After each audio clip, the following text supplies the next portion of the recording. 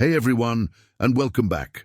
Tonight we're going somewhere that makes archaeologists uncomfortable and historians nervous. We're going to look at numbers that shouldn't exist, preserved in clay that's older than any empire we can name, documenting a timeline that extends so far back into the past that it breaks every model we have for human origins.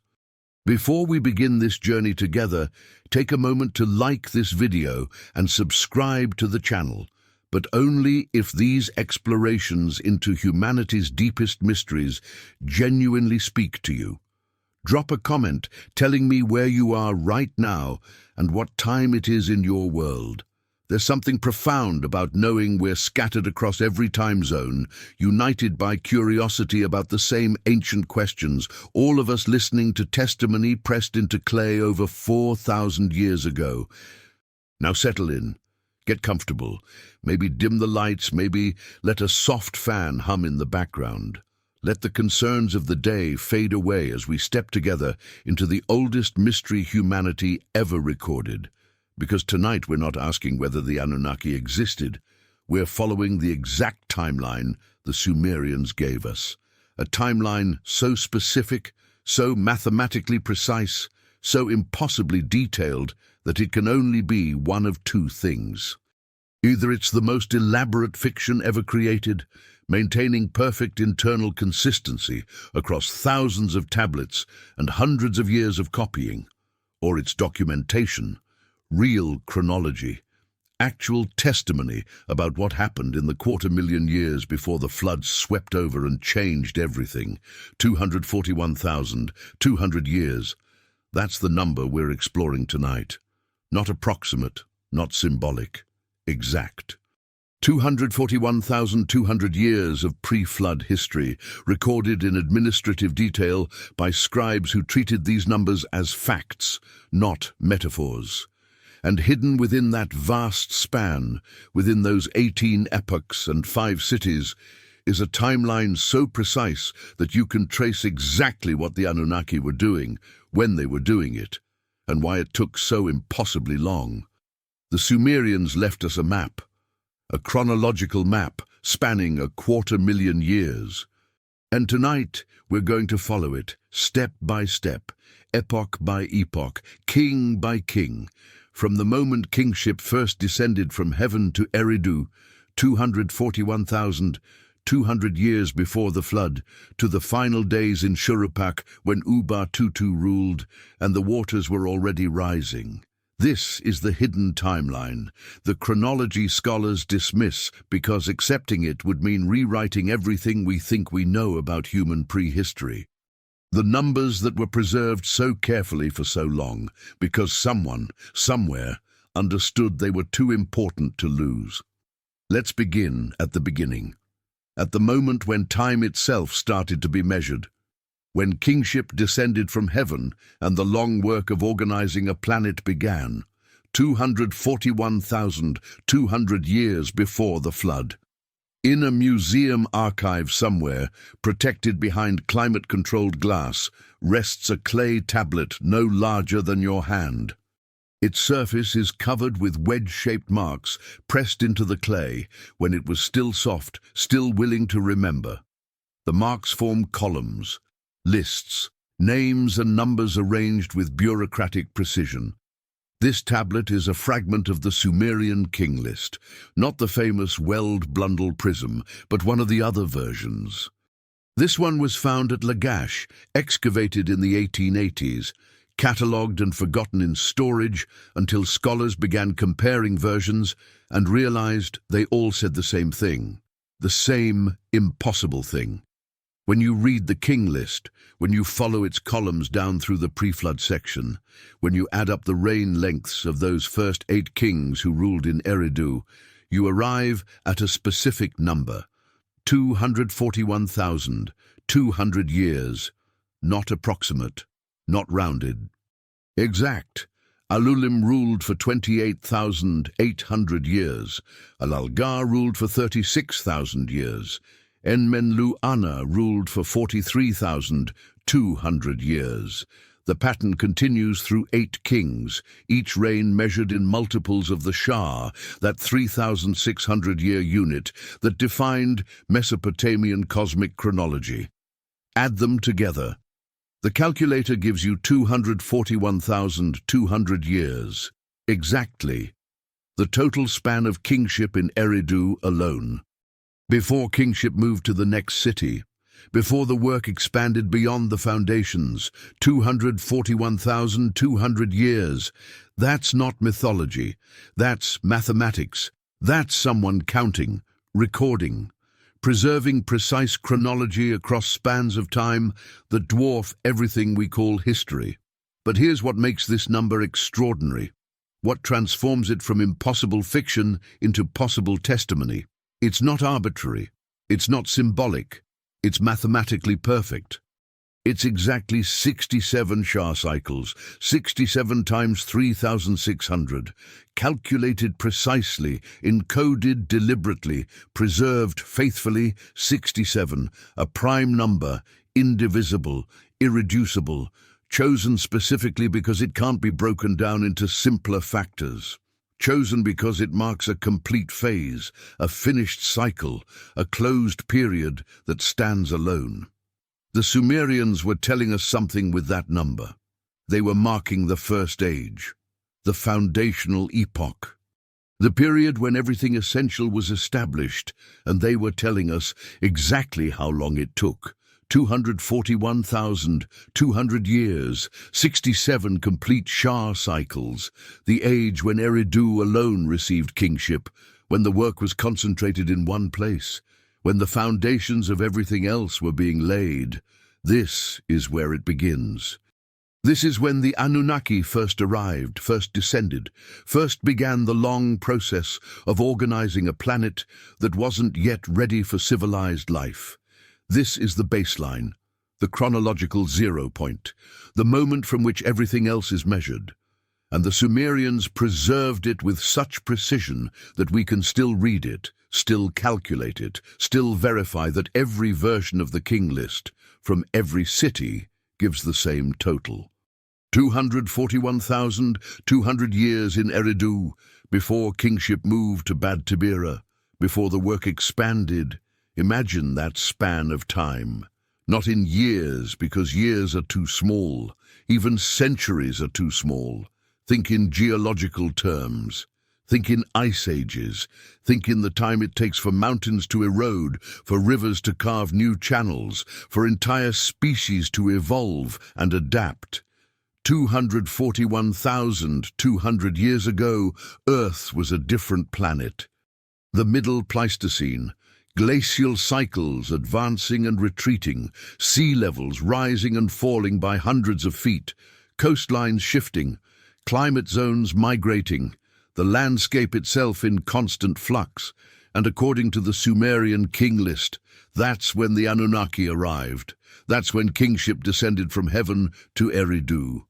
That's when the first king, Alulim, began his reign that would span 28,800 years. That's when the work of planetary organization began.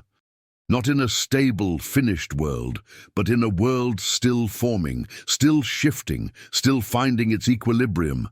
A world that needed organizing precisely because it was so unstable, so chaotic, so unsuitable for civilized life without intervention, without management, without the kind of long-term systematic work that only beings operating on geological timescales could accomplish. The number tells us when. 241,200 years before the flood. The exact moment when everything began. The chronological anchor point for all of Mesopotamian history, the starting line. And here's what's remarkable. The Sumerians didn't just preserve this number in one text, they encoded it everywhere. In king lists from multiple cities, in temple foundation inscriptions describing ancient designs carried forward from distant days, in astronomical texts referencing observations spanning the time before memory. In creation myths describing when the earth was not yet divided. 241,200 years keeps appearing, sometimes directly, sometimes encoded in other calculations, but always present, always precise, always the same. This isn't mythology evolving through retelling, growing more exaggerated with each generation. This is consistent chronology maintained across centuries of copying. This is scribes faithfully preserving numbers they might not fully understand, but that they recognized as sacred, as essential, as too important to change. The tablet in the archive, that fragment from Lagash, preserves those numbers exactly as they were recorded 4,000 years ago, which means they were already ancient when that scribe copied them, already part of a tradition that stretched back centuries before him, already canonical, already fixed. How far back does the tradition go? When was this chronology first calculated? When did someone first add up the reign lengths and arrive at 241,200 years?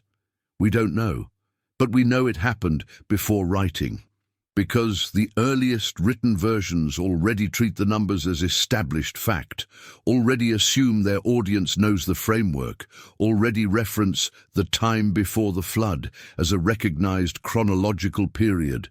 The knowledge was already there. The timeline was already established. The scribes were simply committing to clay what had been preserved through oral tradition for who knows how long. Centuries, millennia, longer, 241,200 years. The first age, the foundational epoch, the period when Eridu alone mattered, when all the Anunnaki's work was concentrated in one location, one city, one sacred center built over the Abzu, the cosmic freshwater ocean. This is where we begin our journey tonight. At this chronological anchor point, this mathematical certainty, this impossible number that refuses to be explained away. Because once you accept this number, once you allow that the Sumerians might have meant exactly what they said, everything else follows. The entire timeline unfolds. The hidden chronology reveals itself. The 250,000 years of pre-flood history becomes readable, traceable, understandable. 241,200 years before the flood. Kingship descends to Eridu. Alulim begins his reign, the Anunnaki begin their work, and the long task of organizing a planet begins. The clock starts. The chronology begins. The timeline we're going to follow tonight, step by step, epoch by epoch, across the vast gulf separating that distant moment from the catastrophe that would eventually end it. 241,200 years. Let's see what happened in all that time. Let's trace what the Anunnaki were doing across those 67 Shah cycles. Let's follow the hidden timeline that the Sumerians preserved so carefully, so precisely, so faithfully. The clay speaks. The numbers are clear. The journey begins. 241,200 years before the flood. Let's start walking. The first thing you notice when you trace the timeline backwards, when you stand at the flood, and look back across the 250,000 years that preceded it, is structure. The chronology isn't random. The epochs don't scatter chaotically. Everything follows a pattern so precise it can only be intentional. The Sumerians divided pre-flood time into 18 distinct periods, 18 kings, 18 reigns. But those 18 periods cluster into 5 phases, corresponding to the 5 cities that received kingship sequentially. Eridu first, then Bad Tibira, then Larak, then Sippar, then Shurupak. Each city represents a phase of the work. Each cluster of kings represents a stage of development, and when you map the timeline, when you plot the numbers, when you trace how long each phase lasted and when each city received kingship, the structure becomes visible. Eridu dominates the early timeline. 241,200 years, more than half the entire pre-flood period, 8 kings spanning 67 Shah cycles. This is the age of foundations, the period when basic systems were being established, when the planet itself was being prepared for what would come later. What were those 8 kings doing across all that time? What systems were being established? What foundations were being laid?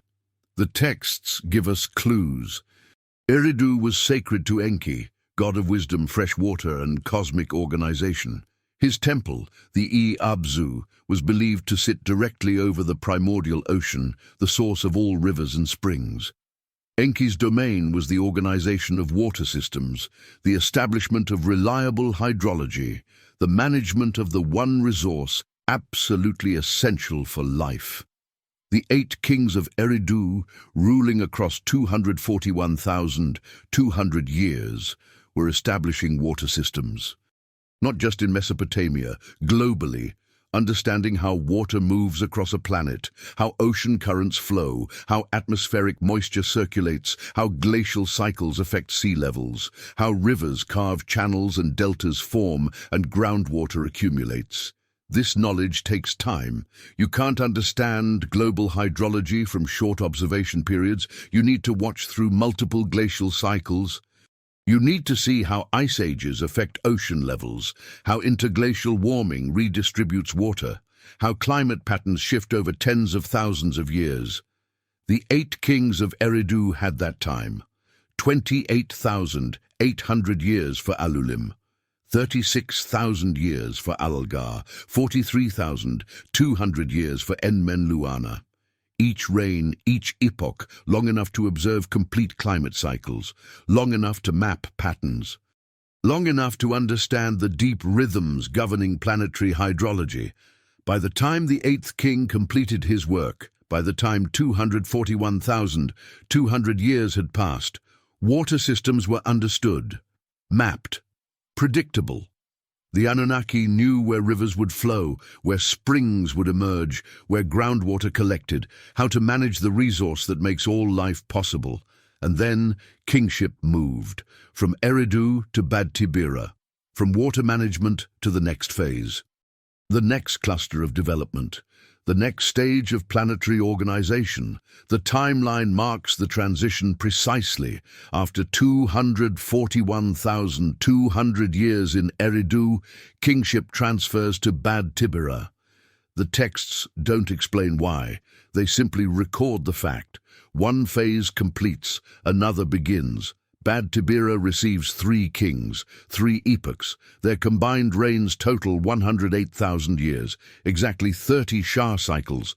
This is the age of technology, the period when understanding raw materials began, when the chemistry of metals was being discovered. Bad Tibira means fortress of metal workers. Its specialty was metallurgy.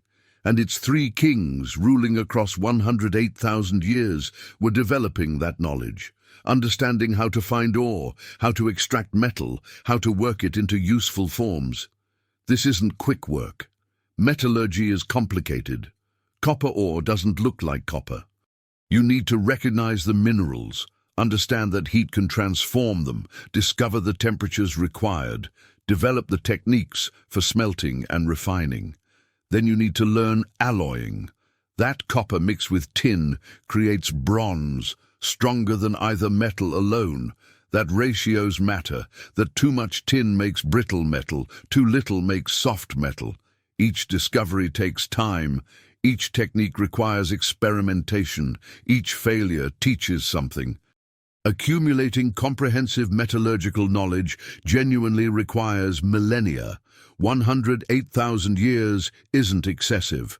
It's realistic for mapping the full complexity of working metals. By the time Bad Tibira's 3rd king completed his reign, by the time those 30 Shah cycles concluded, metallurgy was established. The Anunnaki understood ores, smelting, alloying, working. They possessed knowledge that would eventually be passed to human smiths, becoming the sophisticated bronze working that appeared mysteriously complete in early Sumerian cities. The timeline continues. After Bad Tibira comes Larak. After 108,000 years of metallurgical development comes the next phase, the next stage, the next cluster of work. Larak receives 1 king, Ensipadzi-Ana, whose name connects to healing and shepherding. His reign spans 28,800 years, exactly 8 Shah cycles. This is the age of biology, the period when living systems were being mapped, when the relationship between plants, animals, health, and medicine was being understood.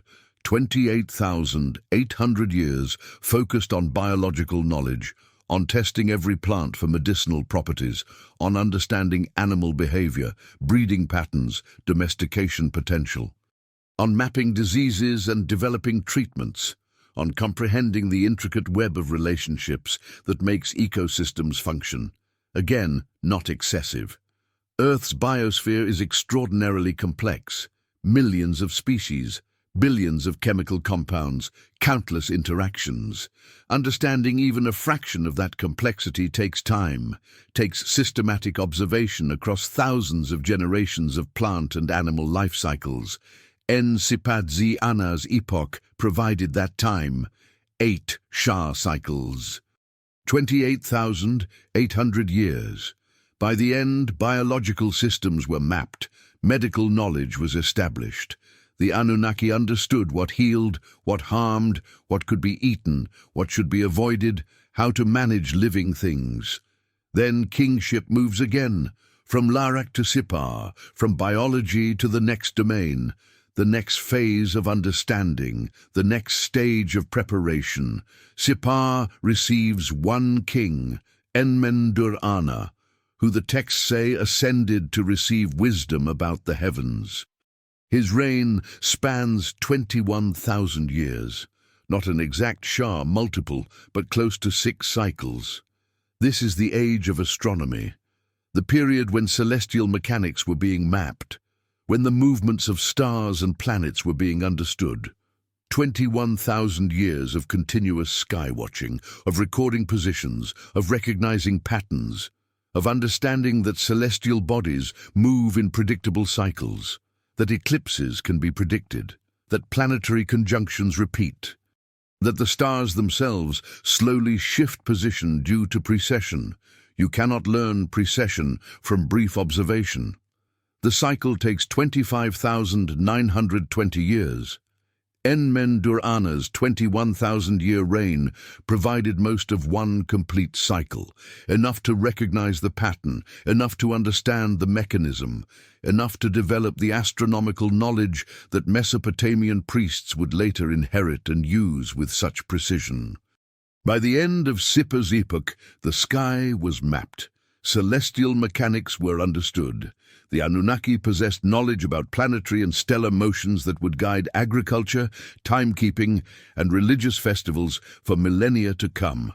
One more transition, from Sipar to Shurupak, from astronomy to the final phase, the culminating stage, the period of synthesis and preparation. Shurupak receives one king, Ubar-Tutu, whose son, Ziusudra, will survive the flood. His reign spans 18,600 years, just over 5 Shah cycles. This is the age of integration, the period when all previous knowledge was being compiled, organized, prepared for transmission. 18,600 years of administrative work, of taking everything learned across the previous epochs: hydrology, metallurgy, biology, astronomy, and synthesizing it into comprehensive understanding, of creating records, of establishing protocols, of preparing for the future. Because by now, the Anunnaki knew something was coming: geological instability, climate shifts, the signs of impending catastrophe. The flood wasn't sudden, it was predictable. The planet was moving toward a major glacial transition. Sea levels would rise dramatically, coastal areas would flood, river systems would be overwhelmed. They had time to prepare, time to record what had been learned, time to ensure knowledge would survive. Ubar-Tutu's epoch was that preparation period. Those 18,600 years of making ready for catastrophe, add it all up: 241,200 years in Eridu, 108,000 years in Bad Tabira, 28,800 years in Larak, 21,000 years in Sippar, 18,600 years in Shurupak, total 417,600 years. But wait. The Sumerian King List says the total pre-flood period was 456,000 years. We're missing time. Where's the gap? The gap is in the kings not assigned to the 5 major cities. The kings whose city names are damaged in the tablets or who ruled in centers that later scribes didn't emphasize. 4 more kings scattered through the chronology. Their combined reigns add the missing 38,400 years. The full timeline, 456,000 years, but the structured, documented, specifically assigned portion, 417,600 years across 5 cities and 14 named kings. This is the timeline. This is the chronology. This is the 250,000+ years that the Sumerians recorded with such precision. Not vague mythology, not symbolic approximation, specific phases, exact durations. Clear progression from foundational work through technological development, through biological understanding, through astronomical mapping, through final preparation. Each phase builds on previous accomplishments. Each stage enables the next. Each epoch contributes essential knowledge. And it all takes time. Enormous amounts of time, geological spans, astronomical periods, cycles measured in ice ages and precession rhythms. This is what the hidden timeline reveals. This is what the numbers encode. This is what the Sumerians preserved so carefully, so precisely, so faithfully. The Anunnaki didn't just exist for some vague long time before humans. They worked for specific durations through distinct phases toward identifiable goals. They organized systematically, they developed methodically, they prepared comprehensively, and it took 456,000 years. The timeline is there, hidden in plain sight, encoded in the reign lengths, preserved in the King List, waiting for someone to finally read it carefully enough to see the structure. 241,200 years in Eridu alone, establishing foundations, organizing water, preparing the planet for everything that would follow. Then 108,000 years developing technology, then 28,800 years mapping biology, then 21,000 years understanding astronomy, then 18,600 years preparing for catastrophe. 4 phases after Eridu. 4 stages of specialized development, 4 clusters of work completing the preparation that Eridu had begun. And then the flood, the catastrophe, the reset, the moment when continuity broke and everything changed. But before we reach the flood, before we trace those final years when the waters were rising and Ziusudra was building his ark, we need to understand what each phase actually accomplished. We need to follow the timeline, step by step, epoch by epoch. King by king, we need to see what happened during those 241,200 years in Eridu. What specific systems were established, what knowledge was accumulated, what foundations were laid that everything else would build upon, because Eridu is the key. The longest phase, the deepest foundation, the period that defines everything else. 241,200 years, 8 kings, 67 Shah cycles, the age of foundations. Let's trace it. Let's follow the hidden timeline through every king, every epoch, every stage of the work that shouldn't exist, but that the Sumerians documented so precisely. The clock is running, the chronology unfolds. The journey through deep time begins. 241,200 years before the flood, when kingship first descended, when the work began, when the Anunnaki arrived in Eridu and started the long, slow process of organizing a planet. Let's see what they did with all that time. The first king of Eridu stands at the chronological 0 point. Alulim. His name appears at the top of every King List version ever found. First among all rulers, first to receive kingship descended from heaven, First, to begin the work, his reign, 28,800 years, 8 complete Shah cycles, the exact same duration as Ensipadziana's later reign in Larak. Not coincidental, deliberate. 8 Shah represents foundational completion. 8 cycles to establish something thoroughly, completely, permanently. What was Alulim establishing? What occupied those 28,800 years? The texts associate him with Eridu's founding, with establishing the first settlement, with laying the first temple foundations over the Abzu. But not suddenly, not instantly, gradually, across millennia. Imagine arriving on a planet still finding its geological equilibrium, still experiencing glacial advance and retreat, still shifting between ice age and interglacial periods every 100,000 years or so. The Middle Pleistocene was climatically unstable. Sea levels fluctuated wildly, over 100 meters of variation. Coastlines that existed during glacial maximums would be deep underwater during interglacial warming. Where do you build?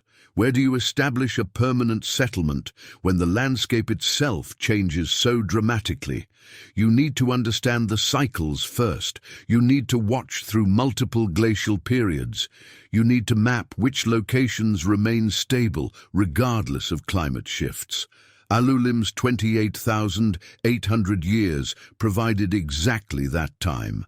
8 complete Shah cycles, enough to observe multiple glacial transitions, enough to identify stable ground, enough to understand which locations would remain habitable through the full range of climate variability. By the end of his reign, Eridu's location was chosen, not arbitrarily, deliberately, based on 28,800 years of observation, based on mapping geological stability through multiple ice ages, based on understanding that this location, specifically this spot in southern Mesopotamia, would remain above water and habitable regardless of sea level changes. The choice was perfect. Eridu remained continuously inhabited for over 5,000 years of human occupation. Through climate changes, through sea level fluctuations, through environmental shifts, the location Alulim chose endured. That's what his epoch accomplished. Location, foundation, the selection of stable ground upon which everything else would be built. Then came Alalgar, the second king of Eridu. His reign, 36,000 years, 10 complete Shah cycles. Again, not arbitrary. 10 represents decimal completion, full development, comprehensive establishment. What was Alalgar developing? What required 10 Shah cycles? Water systems, hydrology, understanding how fresh water moves through and across the landscape, where springs emerge, where groundwater collects, how rivers flow and how to manage them. Eridu's temple sat over the Abzu, the primordial freshwater ocean. Not mythology, actual hydrogeology. Southern Mesopotamia has an extraordinarily high water table. Dig deep enough anywhere in the region, and you hit groundwater. The Sumerians observed this and conceptualized it as floating on or being surrounded by an infinite underground ocean. They weren't wrong. The aquifer beneath Mesopotamia is vast, and Eridu's location sits directly above a major confluence of underground water sources. Springs bubble up naturally. Groundwater is easily accessible. The location chosen during Alulim's epoch proved hydrologically perfect during Alalgar's epoch. But understanding that took time, took mapping the water table across the region, took identifying where water was most abundant and reliable, took recognizing seasonal variations, took understanding how the aquifer replenished and how to access it without depleting it. 36,000 years, 10 Shah cycles, multiple glacial transitions, enough time to map hydrology through every climate condition, enough time to understand the deep patterns. Enough time to establish water management as a science. By the end of Alalgar's reign, water was understood. The Anunnaki knew where it was, how to access it, how to manage it. The essential resource was mapped and controllable. Third came Enmenluana. His reign, 43,200 years, 12 complete Shah cycles, the longest reign in Eridu, the most extended epoch in the entire timeline. 12 Shah, 12 cycles. 12 represents cosmic completion, zodiacal fullness. The 12-fold division of celestial and terrestrial space that governed Mesopotamian cosmology. What required 12 Shah cycles? What took 43,200 years to accomplish? The texts tell us explicitly. Enmenluana ascended. He received divine knowledge. He was shown the heavens. He learned the mysteries of celestial mechanics. He brought back the tablets of destiny, cosmic law written in the movements of stars and planets. This is astronomical observation. Deep-time sky-watching, tracking celestial bodies through their longest cycles, understanding precession, recognizing the great patterns that take tens of thousands of years to complete. 43,200 years is enough time to observe one complete precession cycle plus additional observation. 25,920 years for full precession plus 17,280 years of additional tracking. Almost 2 complete cycles. Why watch 2 cycles? To verify, to confirm the pattern repeats, to ensure your understanding is correct. 1 cycle might be coincidence. 2 cycles prove periodicity. Enmenluana's epoch was the great astronomical survey. The period when the sky was being mapped, not just for seasonal purposes, not just for agricultural timing, but for understanding cosmic mechanics, for recognizing that the universe operates according to mathematical law. That celestial motion is predictable. That time itself has structure. By the end of his reign, by the time those 12 Shah cycles concluded, astronomy was established. The Anunnaki understood planetary motions, stellar positions, eclipse cycles, and precession. They possessed knowledge that would guide Mesopotamian astronomy for millennia to come. 3 kings, 3 epochs, 3 phases of foundational work, location established, water mapped, cosmos understood. The first 67,200 years of Eridu's 241,200-year period. 5 more kings follow, each adding specific knowledge, each contributing essential understanding, each building on what previous epochs accomplished. The 4th king, Enmengal-Ana, reigns for 28,800 years. Another 8 Shah cycle. His epoch focuses on agriculture, on understanding plant growth cycles, on recognizing which plants are edible, which are useful, which can be cultivated. 28,800 years of botanical observation, of testing every plant, of mapping growing seasons through multiple climate regimes, of understanding agriculture not just in one climate, but across the full range of conditions Earth experiences through glacial cycles. By the end of this epoch, agriculture was understood. The knowledge that Mesopotamian farmers would later use appeared fully formed because it had been accumulated across 28,800 years of systematic observation and experiment. The 5th king, Dumuzid, reigns for 36,000 years. 10 Shah again.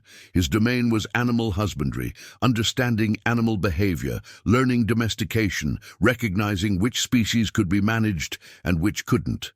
36,000 years of observing animals, of tracking migration patterns, of understanding breeding cycles, of experimenting with capture and containment, of developing the knowledge that would let humans manage sheep, goats, cattle. This knowledge didn't develop quickly. Domestication is subtle. Understanding animal psychology, breeding selection, and herd management takes generations of observation. 36,000 years provides those generations. Thousands of them. By the end of Dumuzid's epoch, animal husbandry was established.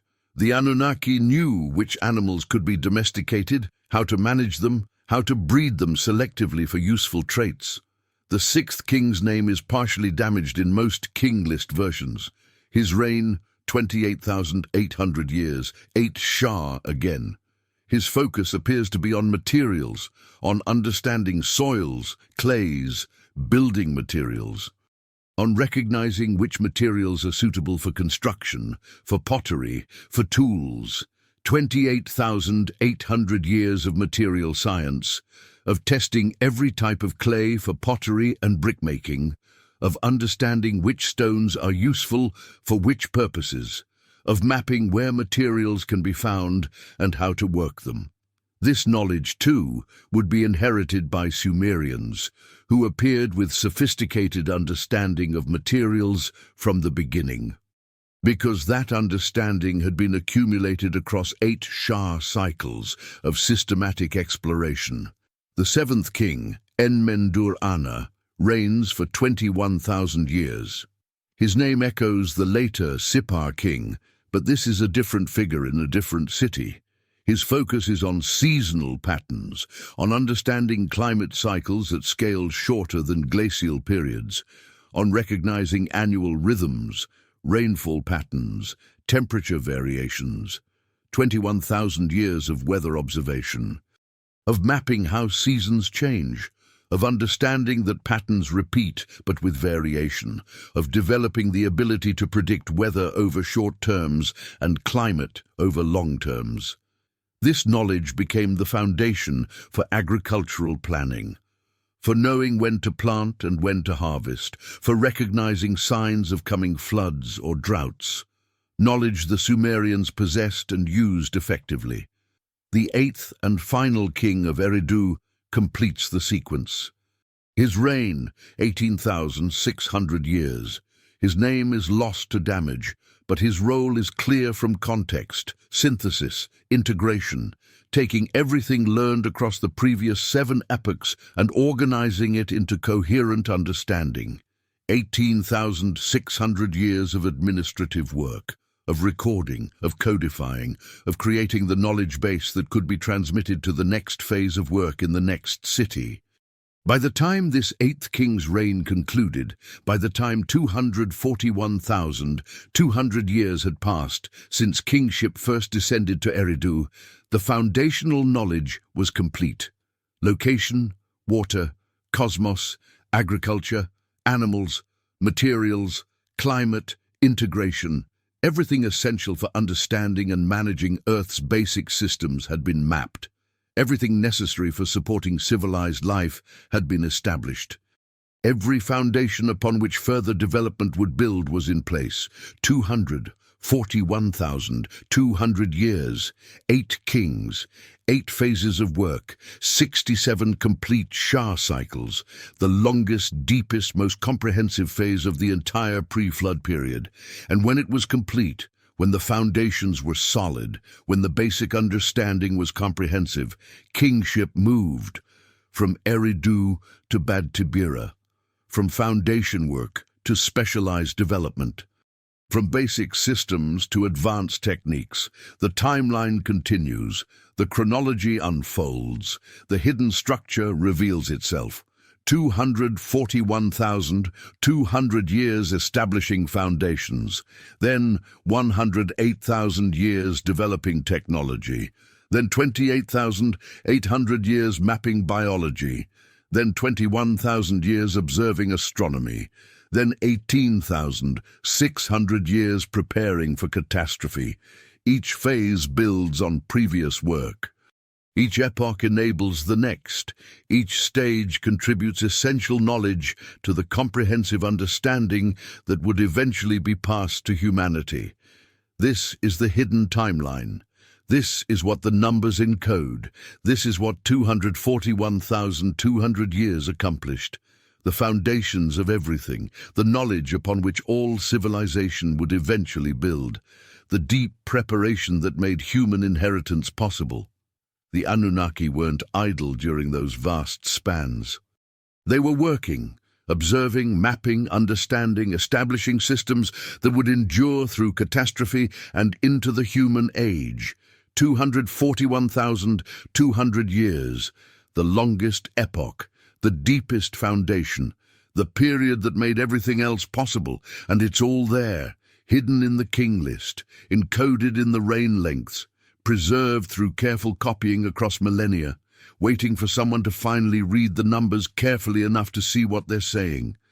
The chronology is precise, the timeline is clear, the testimony is consistent. 241,200 years in Eridu, establishing the foundations of planetary organization, preparing Earth for the civilized life that would eventually emerge. The work was real, the timeline is documented, the hidden chronology speaks, and we're only 1/5 of the way through the full pre-flood period. 4 more phases remain, 4 more cities. 4 more stages of specialized development building toward the moment when the waters would rise and everything would change. The timeline continues. Let's keep following it. After 241,200 years, kingship leaves Eridu. The foundational work is complete. The basic systems are established. The planet is ready for the next phase, the next stage of development, the next level of sophistication. Kingship moves to Bad Tibira, the fortress of metalworkers, the city that would specialize in understanding materials at a deeper level, in transforming raw earth into useful tools, in developing the chemistry that would unlock technology. The transition marks a chronological milestone. After 241,200 years, we're now at 134,800 years before the flood. The timeline is moving forward. We're following the hidden chronology toward its culmination. Bad Tibira receives 3 kings.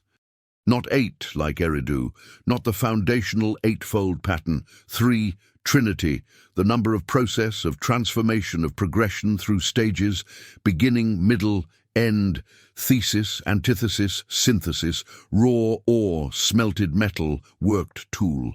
3 kings, 3 epochs, 3 phases of metallurgical development. The first king of Bad Tibira is Enmenluana, not the same as Eridu's Enmenluana, despite the similar name. This is a new figure in a new place focused on new work. His reign, 43,200 years, 12 complete Shah cycles, 12 again, cosmic completion, the same duration as Eridu's great astronomical observer, but focused differently, not on the sky but on the earth, not on celestial motions but on terrestrial materials. What requires 12 Shah cycles of material study?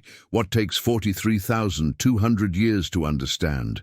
Mining, geology, understanding where metals hide in the earth, recognizing ore deposits, learning to distinguish valuable minerals from worthless rock, mapping the underground distribution of copper, tin, gold, silver, iron. This isn't quick work. Ore doesn't announce itself. Copper ore looks like green-stained rock. Tin ore resembles dark pebbles. Iron ore could be mistaken for common stone. You need to test everything, sample widely, map comprehensively across vast geographical regions through multiple geological zones. 43,200 years provides time for comprehensive geological survey, time to map the entire region, time to understand where every useful material can be found, time to recognize the geological processes that concentrate metals in specific locations.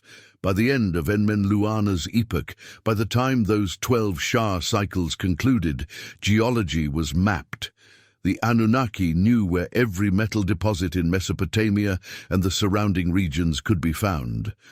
They possessed knowledge that human miners would later use, seemingly appearing with sophisticated understanding of where to dig and what to look for. The second king of Bad Tibira is Enmen-Gal-Ana. His reign, 28,800 years, 8 Shah cycles, foundational completion applied to a specific domain. His focus, extraction, smelting, understanding how to get metal out of ore, how to use heat to separate valuable metal from worthless rock, how to reach temperatures high enough to melt different metals, how to manage the chemistry of reduction, of removing oxygen from metal oxides. This is sophisticated chemistry. You can't smelt copper at wood-fire temperatures. You need specialized furnaces. You need forced air to reach higher heat. You need to understand that certain materials, like charcoal, don't just provide heat, but participate in chemical reactions that extract metal from ore. 28,800 years of experimentation, of testing different furnace designs, of trying different fuel sources, of learning through failure what works and what doesn't, of gradually developing the techniques that make metallurgy possible.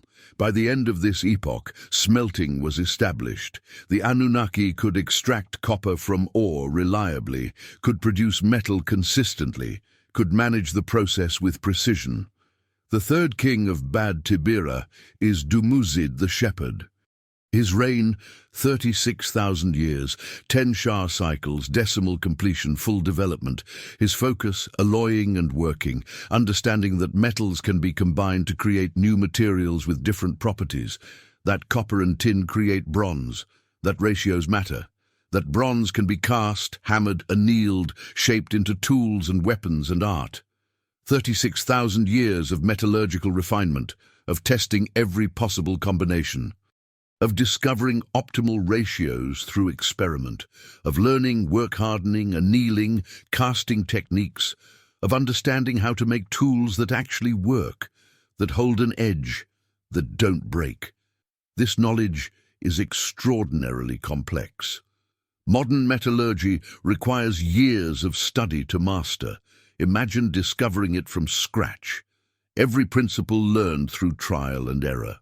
Every technique developed through experimentation, every optimal ratio found through testing. 36,000 years becomes reasonable, even conservative, the time needed to genuinely master metalworking at a comprehensive level. By the end of Dumuzid's epoch, by the conclusion of Bad Tibira's third and final reign, metallurgy was complete. Mining, smelting, alloying, working, every stage understood. Every technique established, the full process mapped from ore in the ground to finished tool in the hand. Add up Bad Tibira's 3 reigns. 43,200 plus 28,800 plus 36,000 equals 108,000 years. Exactly 30 Shah cycles, 30, 3 times 10. The completion of completion, fullness of fullness, trinity multiplied by decimal perfection, 108,000 years developing metallurgy. Not excessive, not arbitrary, precise. The time actually required to map geology, master extraction, and perfect working at a comprehensive level. And when it was complete, when metallurgy was fully established, kingship moved again. From Bad Tibira to Larak, from technology to biology, from working earth to understanding life. The timeline advances. We're now at only 52,800 years before the flood. More than 400,000 years have passed since kingship first descended. More than 3/4 of the pre-flood period is behind us. The work is approaching completion. The preparation is nearly finished. Larak receives one king, En-Sipad-Zi-Ana, the healer. His reign, 28,800 years, 8 Shah cycles. The foundational 8-fold pattern applied to medicine, 28,800 years of biological observation, of testing every plant for healing properties, of understanding disease, of developing treatments, of mapping the pharmacological potential of Earth's biosphere. We discussed this earlier. The scope is vast. Millions of plant species, billions of chemical compounds, countless potential combinations. Testing all of it takes time. genuine, comprehensive time. Encypadziana's epoch provided that time. 8 complete Shah cycles, enough to test systematically, enough to map thoroughly, enough to develop the medical knowledge that Sumerian physicians would inherit and use with remarkable effectiveness. 28,800 years establishing medicine. By the end of this epoch, by the time Larak's single reign concluded, the Anunnaki possessed comprehensive knowledge of healing. What plants treated which conditions, what doses were safe, what combinations worked synergistically, what should never be mixed. This knowledge would be passed to human healers, would become the Sumerian medical texts prescribing treatments modern pharmacology has confirmed actually work, not primitive superstition.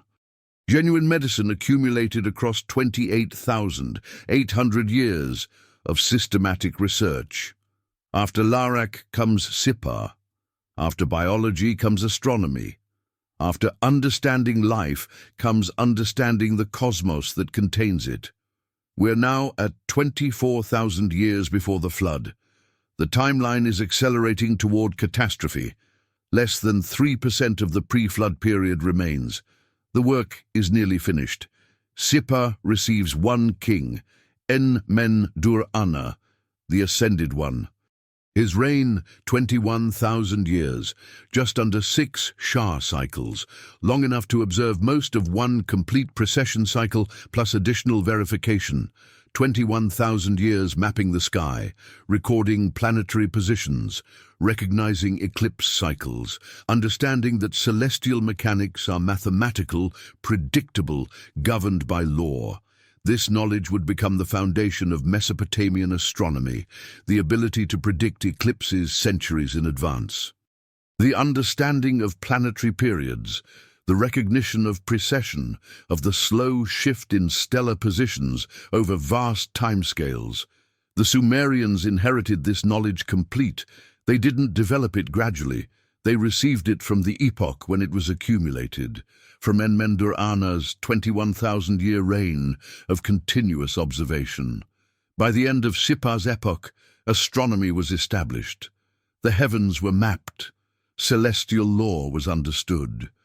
The knowledge necessary for agricultural planning, religious timing, and calendar management was complete. One final city remains, one final phase, one final king before the flood. After Sipar comes Shurupak. After astronomy comes synthesis.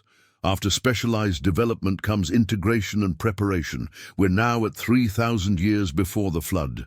The final moments of the pre-flood age, the last phase before catastrophe, the period of making ready. Shurupak receives one king. Ubatutu, father of Ziusudra, the flood hero.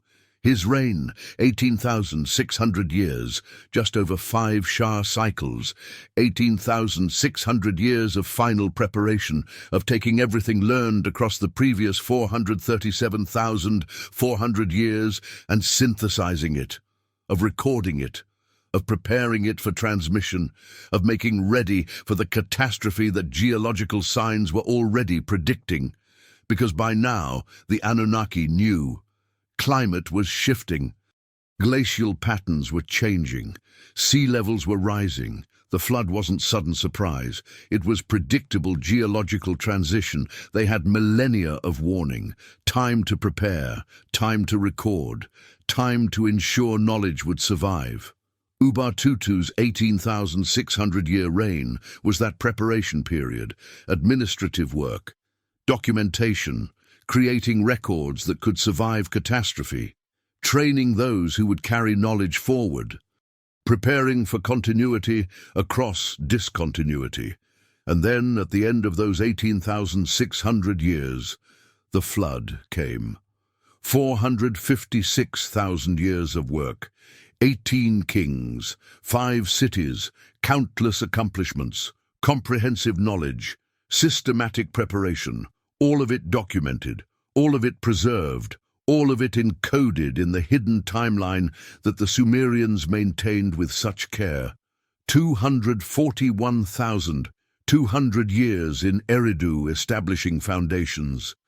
108,000 years in Bad Tibira developing metallurgy, 28,800 years in Larak mapping medicine, 21,000 years in Sipar understanding astronomy, 18,600 years in Shurapak preparing for catastrophe, the complete chronology, the full timeline, the 250,000+ years of pre-flood history that scholars dismiss as mythology, but that the Sumerians recorded as fact. And here's what makes it undeniable. The numbers are too precise, the progression is too logical, the structure is too coherent, the preservation is too consistent. If this were mythology, it would vary.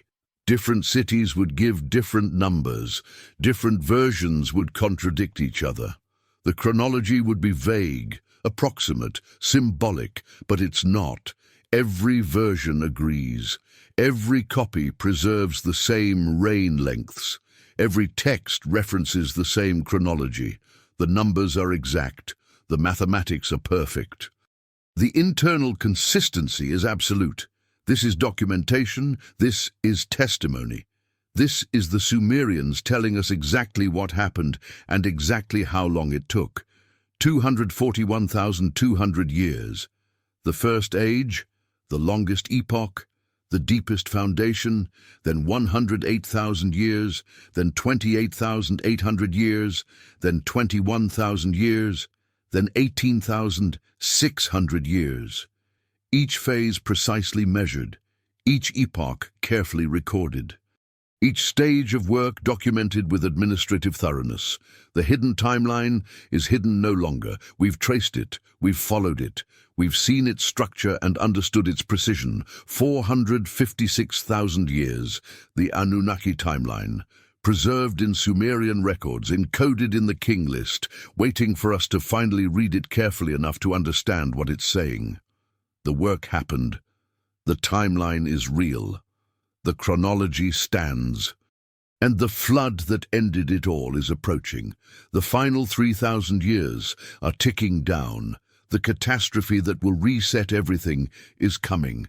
But before we reach that moment, before we trace those final years when the waters rose and civilization drowned, we need to understand something crucial about this timeline, something that transforms it from interesting historical curiosity into profound testimony about human origins.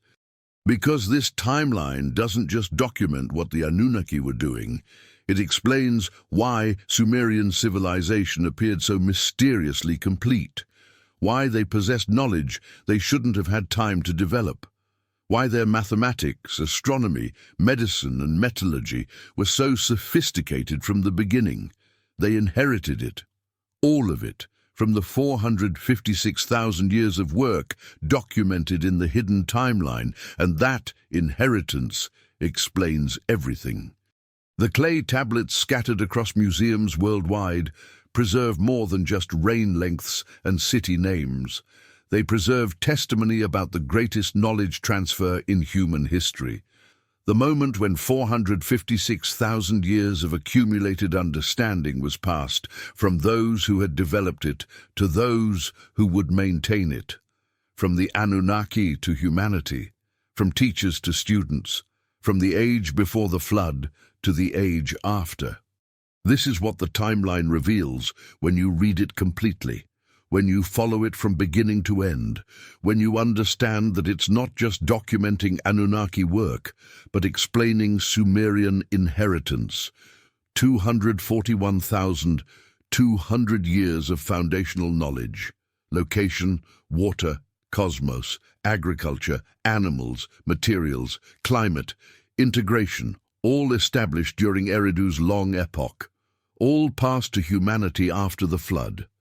The Sumerians appeared knowing where to build cities, knowing how to manage water, knowing astronomical cycles, knowing agricultural timing, knowing animal husbandry, knowing materials and construction, knowing climate patterns, all sophisticated understanding that normally takes civilizations centuries to develop gradually. They had it immediately, from the beginning, because it wasn't new knowledge, it was inherited knowledge. accumulated across 241,200 years and passed forward across the catastrophe, 108,000 years of metallurgical knowledge, mining, smelting, alloying, working, all established during Bad Tibera's three epochs, all passed to humanity after the flood. The Sumerians appeared with sophisticated bronze working, knowing where to find ore, knowing how to smelt it, knowing optimal alloy ratios, knowing working techniques. All complex knowledge that normally takes civilizations generations to develop through trial and error. They had it from the start. Because it wasn't discovered, it was taught by those who had spent 108,000 years developing it during the Bad Tibera epochs, 28,800 years of medical knowledge, pharmacology, treatments, dosages, combinations, all established during Ensipadziana's Larak epoch, all passed to humanity after the flood. The Sumerians appeared with effective medicine, prescribing treatments that actually work, using combinations modern pharmacology has confirmed, knowing dosages and contraindications, all detailed knowledge that normally takes civilizations centuries of experimentation to accumulate. They had it immediately, because it wasn't experimented, it was inherited. From the 28,800 years of systematic research conducted during Larak's medical epoch, 21,000 years of astronomical knowledge, celestial mechanics, eclipse prediction, precession understanding, all established during Enmen-Durana's Sipar epoch, all passed to humanity after the flood. The Sumerians appeared tracking Venus with precision, predicting eclipses accurately, understanding precession impossibly early, using astronomical knowledge that normally takes civilizations millennia of observation to develop. They had it from the beginning. Because it wasn't observed, it was taught by those who had spent 21,000 years mapping the sky during Sipar's astronomical epoch. This is what the timeline explains. This is why Sumerian civilization appeared so impossibly sophisticated. This is why scholars struggled to explain how they knew so much so early. They inherited 456,000 years of accumulated knowledge. They received the complete package: foundation, technology, medicine, astronomy, everything. Transmitted across catastrophe, preserved through the flood, taught to the survivors and their descendants. The King List doesn't just document Anunnaki work, it explains human inheritance. It's a catalogue of everything we received, a chronology of how long each domain took to develop, a record of the comprehensive knowledge passed forward when the pre-flood age ended and the human age began. 241,200 years establishing foundations. We inherited that. 108,000 years developing technology. We inherited that. 28,800 years mapping medicine. We inherited that. 21,000 years understanding astronomy. We inherited that. 18,600 years preparing for transmission. That preparation made the inheritance possible. 456,000 years of work, all passed to humanity, all encoded in the hidden timeline, all preserved in the King List that scholars dismiss as mythology. But it's not mythology. It's a receipt, documentation of what we received, chronology of how long it took to accumulate, testimony about the greatest inheritance in history. We didn't invent civilization, we inherited it. The timeline proves it, the numbers document it. The Sumerians recorded it faithfully because they understood exactly what they were: inheritors, receivers.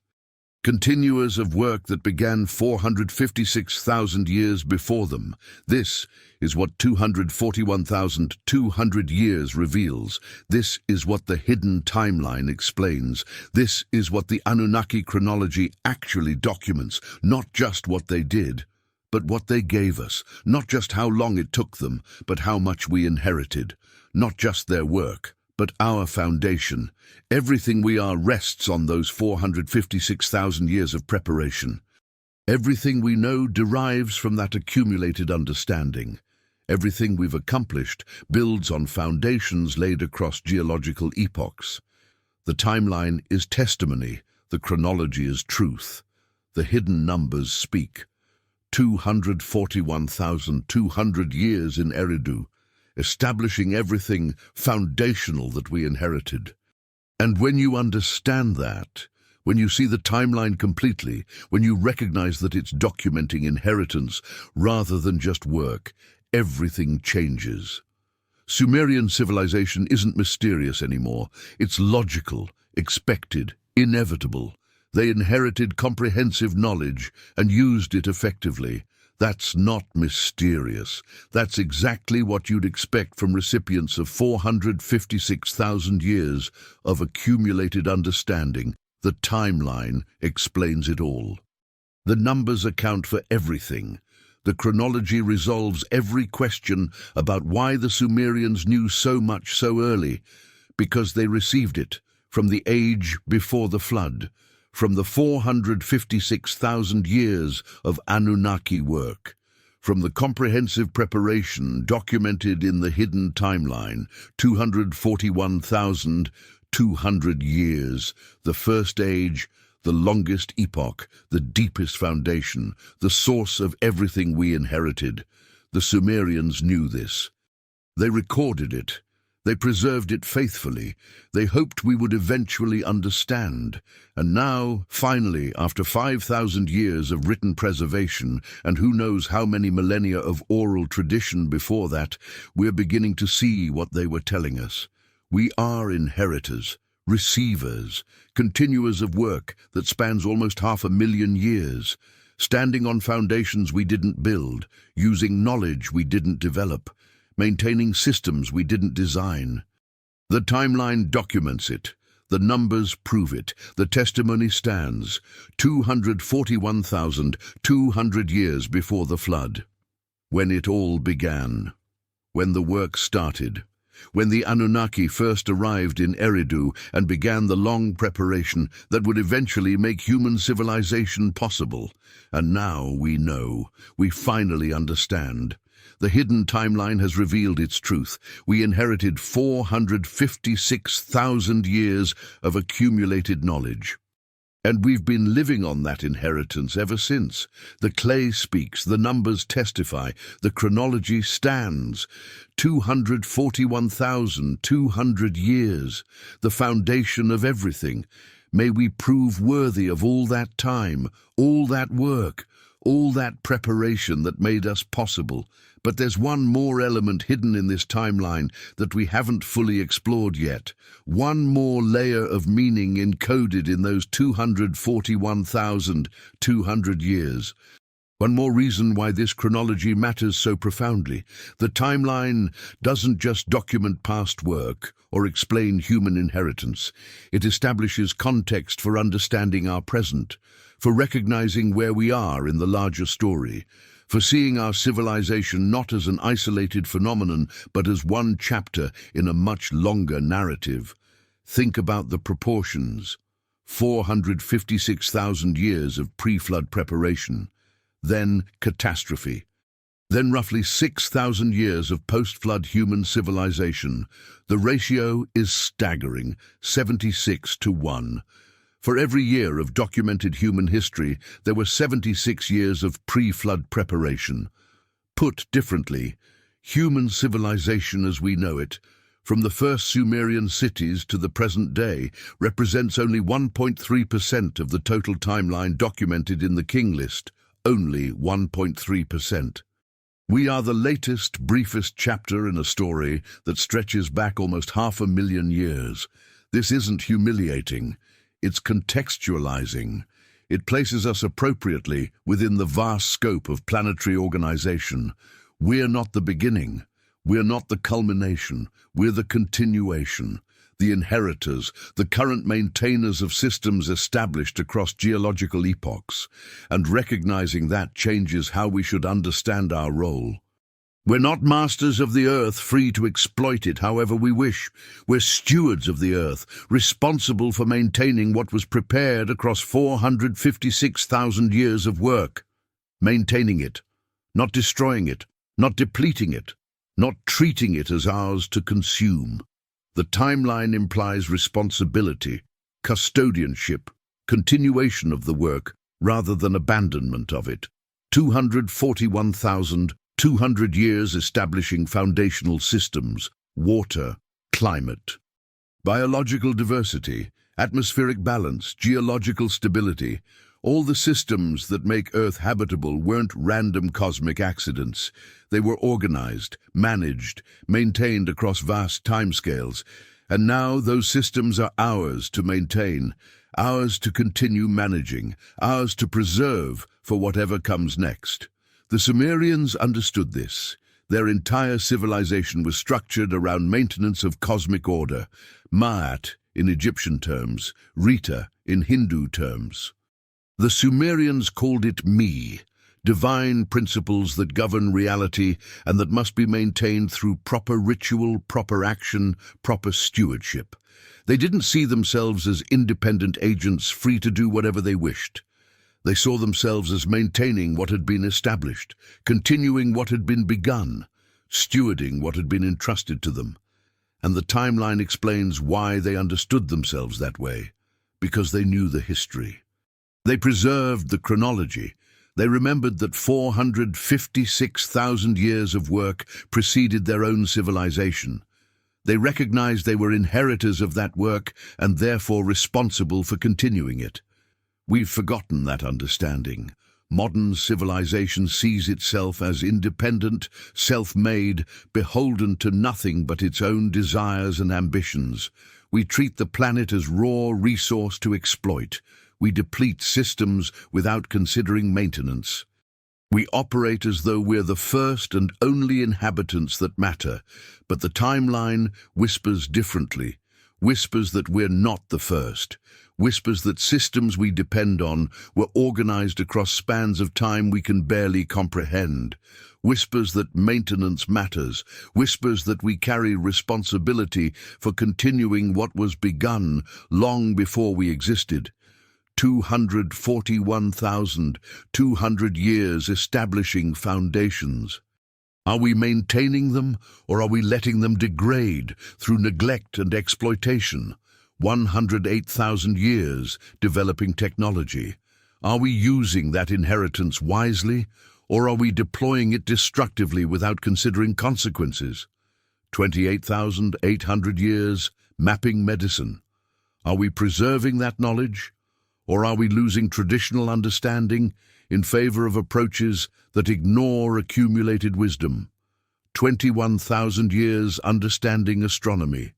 Are we maintaining awareness of cosmic context, or are we forgetting that we're part of larger cycles and systems? 18,600 years preparing for catastrophe. Are we learning from that preparation, or are we ignoring warnings about environmental instability?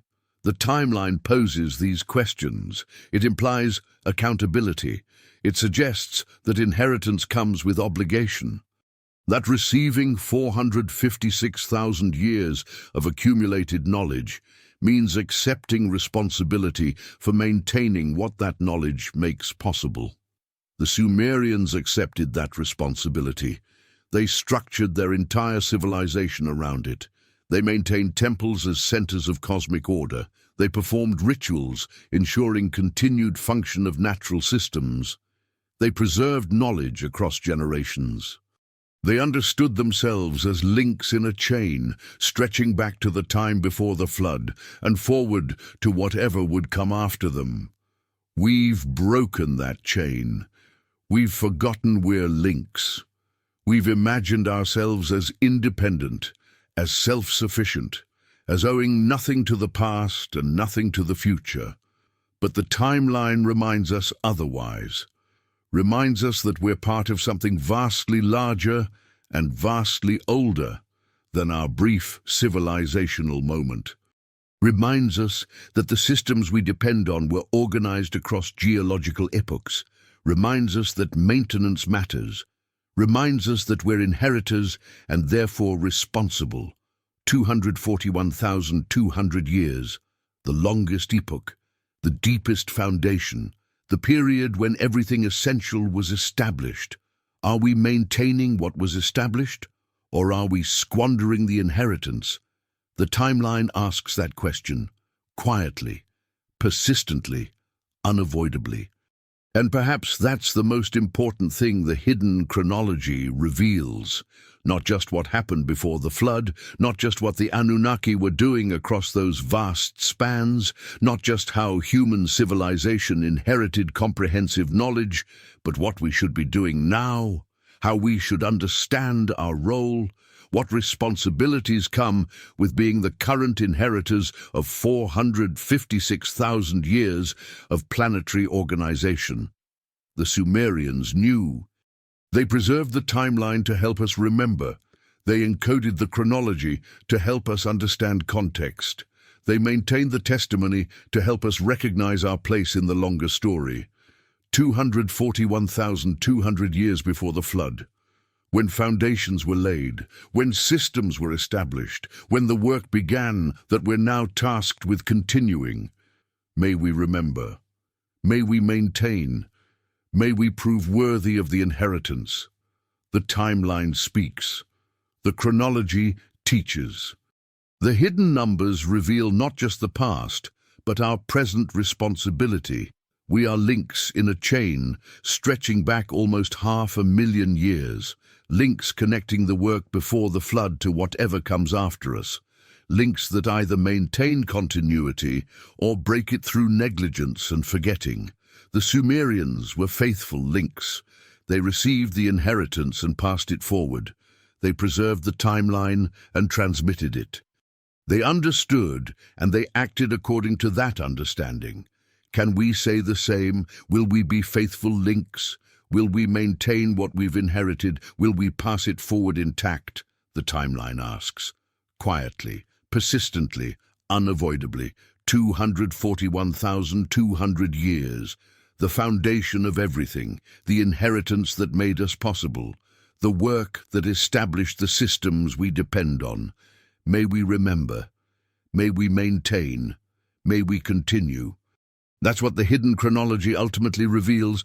That's what 241,200 years truly means. That's what the Anunnaki timeline preserved in Sumerian records is actually telling us. We are inheritors. We carry responsibility. We must maintain what we've received. The clay speaks. The numbers testify. The chronology stands. 241,200 years, the longest epoch, the deepest foundation, the work that made everything possible. And now it's ours to continue. As we approach the end of tonight's journey, as sleep begins to pull you gently down, as the ancient numbers fade into the background hum of consciousness shifting toward dreams, take with you this final understanding. You are part of something ancient, something purposeful, something that stretches back almost 500,000 years and forward into a future we can barely imagine. The Anunnaki organized a planet across 456,000 years of systematic work, 241,200 years establishing foundations in Eridu alone, then phases of specialized development, then catastrophe. Then transmission of accumulated knowledge to humanity, then us, now, here, inheritors of that vast span of preparation. We didn't earn this inheritance through our own accomplishments. We received it. The knowledge, the systems, the organized planet capable of supporting civilized life, all given, all inherited, all maintained across the catastrophe that could have destroyed it, and now it's ours, to maintain or to squander, to continue or to break, to honor or to forget. The Sumerians chose maintenance, chose continuation, chose honor. They preserved the timeline so we would know, so we would remember, so we would understand our place in the vast story and act accordingly.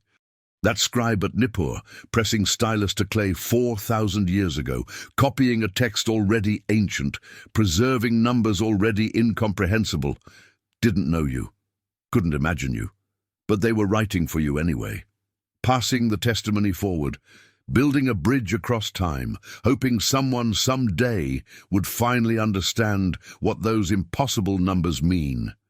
You understand now. You've followed the timeline. You've traced the hidden chronology. You've seen the structure and recognized its truth. 241,200 years in Eridu, 108,000 years in Bad Tibira, 28,800 years in Larak, 21,000 years in Sipar, 18,600 years in Shurupak, 456,000 years total. The work before the flood, the preparation that made human civilization possible, and you are the continuation of that work. The current link in a chain stretching back almost 500,000 years, the present inheritor of accumulated knowledge established across geological epochs. That's who you are. That's what you carry. That's the responsibility you bear, whether you recognize it or not. The timeline has revealed itself. The hidden chronology has spoken. The numbers have testified.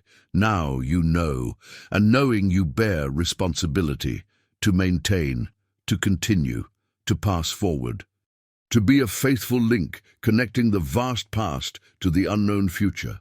Sleep well with that knowledge.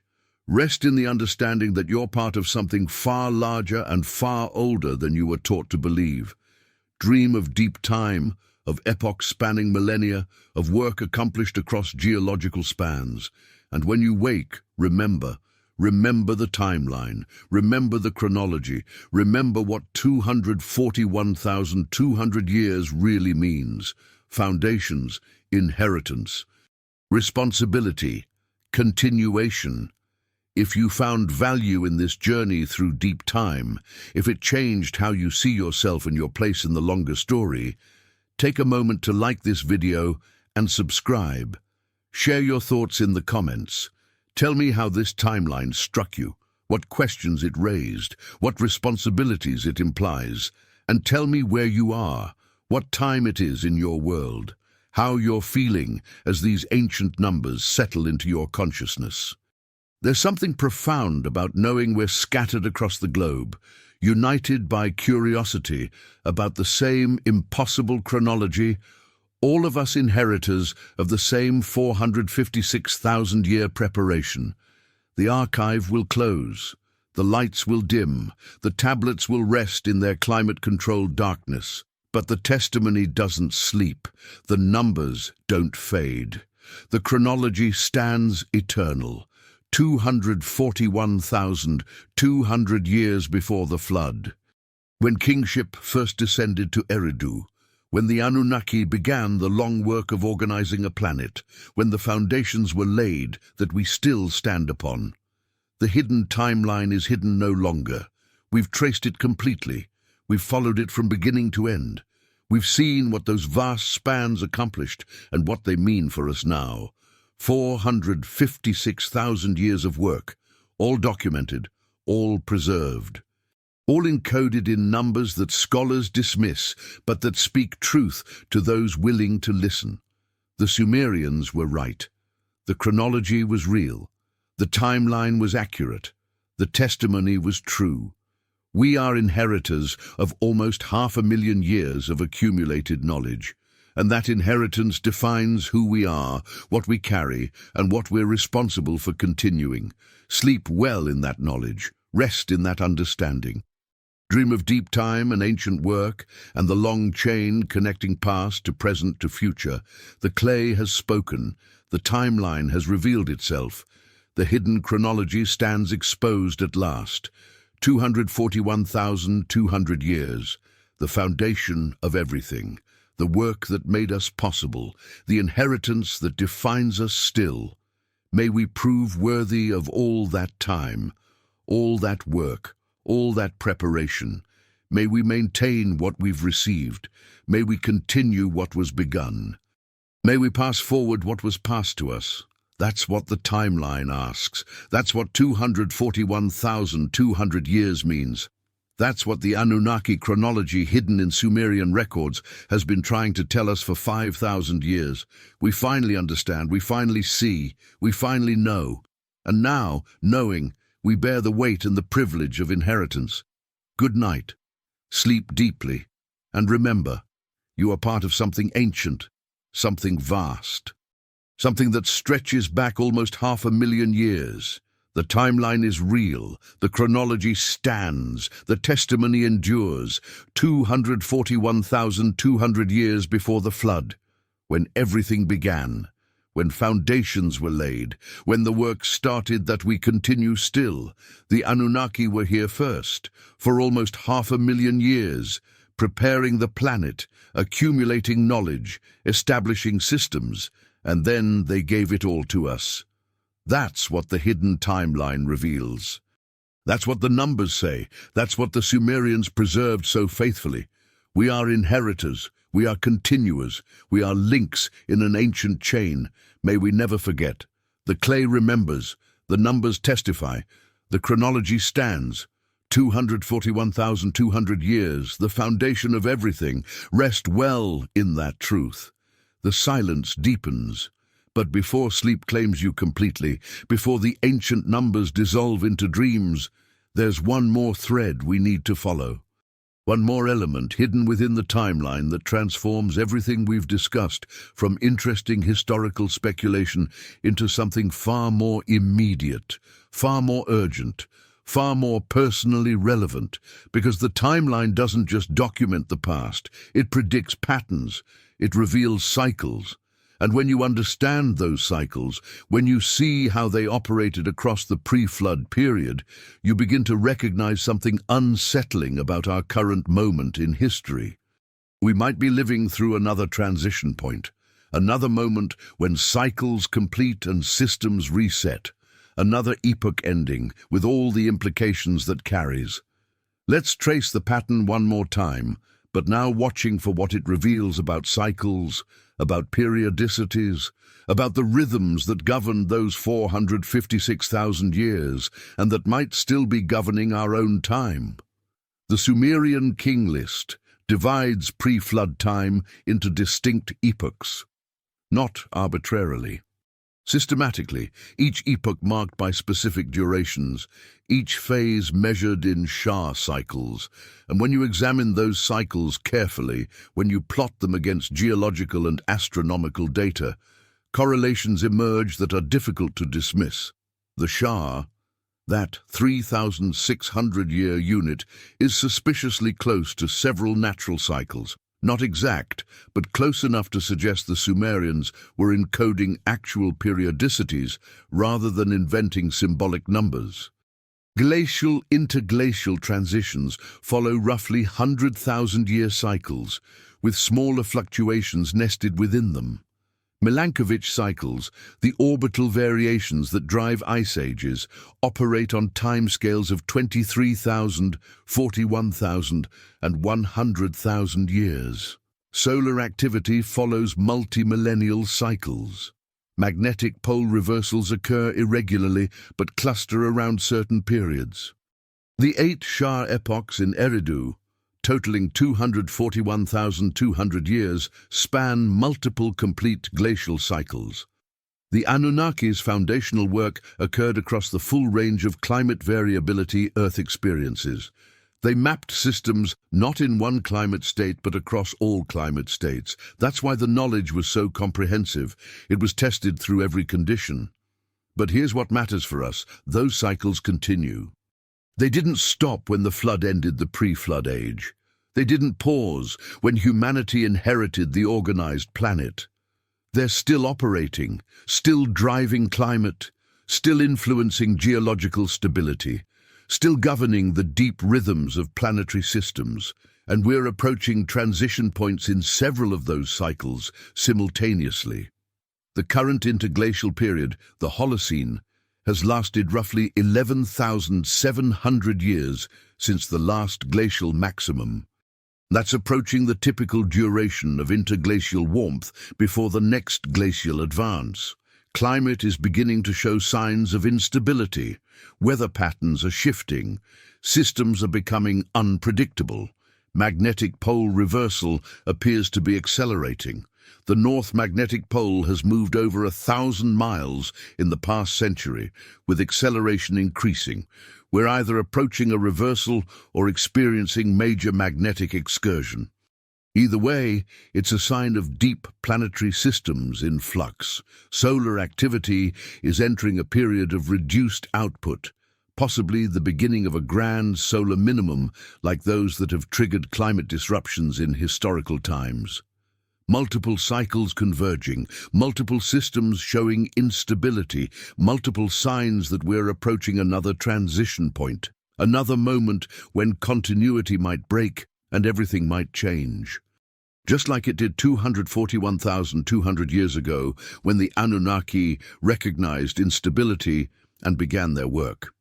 Just like it did at the flood, when catastrophe reset everything and inheritance became necessary. We're not at the flood yet.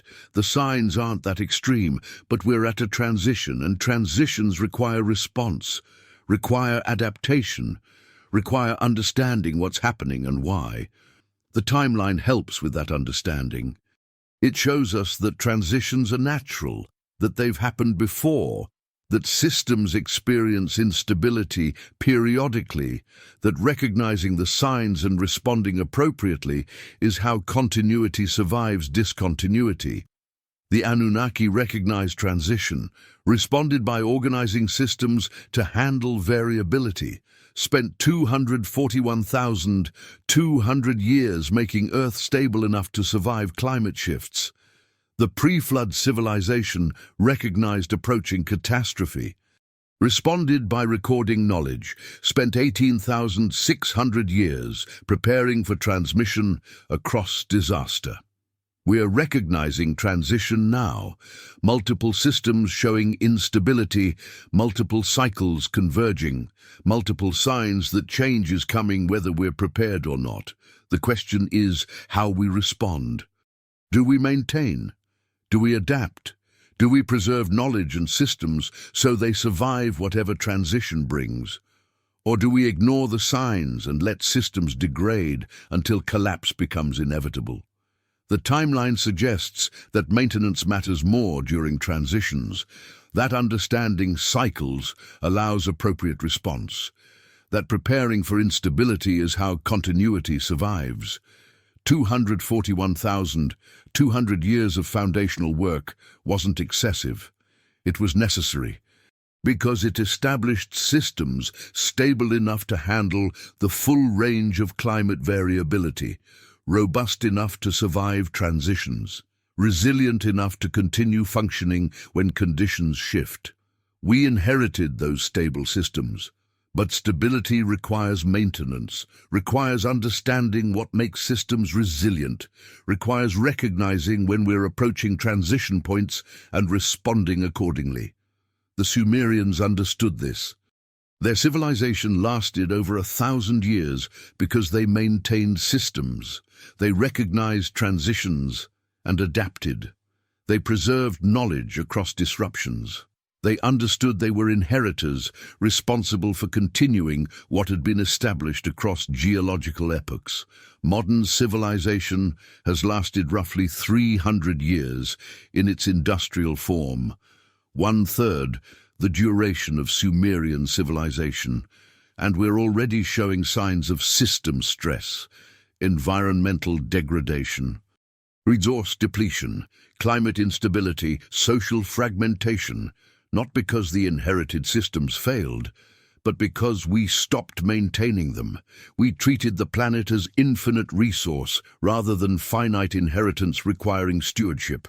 We ignored the cycles. We dismissed the signs. We operated as though transitions don't happen and systems don't require maintenance. The timeline warns otherwise. It shows that cycles continue, that transitions happen, that maintenance matters. That understanding your place in the longer chronology helps you respond appropriately to the moment you're living through. 241,200 years, not just history, pattern, template. evidence that long-term stability requires comprehensive understanding and continuous maintenance. We're living through a transition, multiple cycles converging, multiple systems showing instability.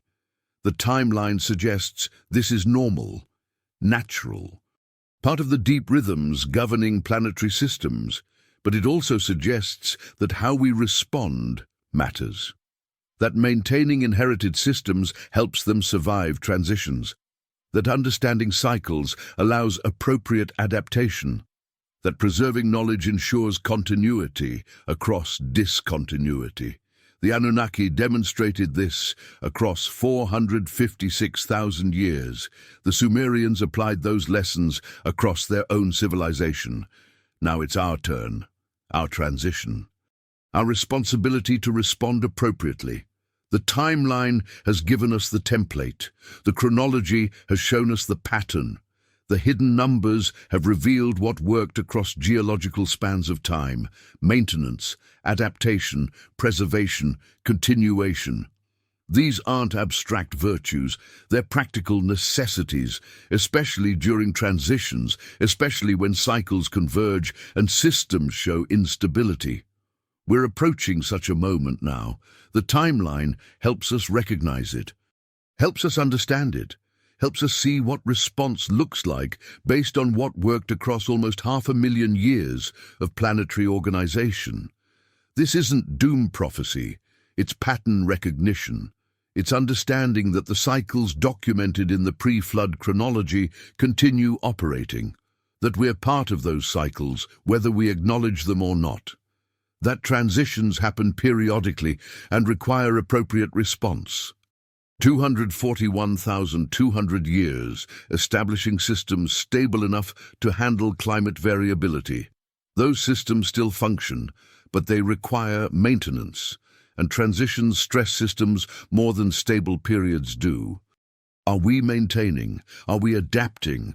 Are we preserving? Are we responding to the transition we're living through with the understanding that 456,000 years of accumulated knowledge provides?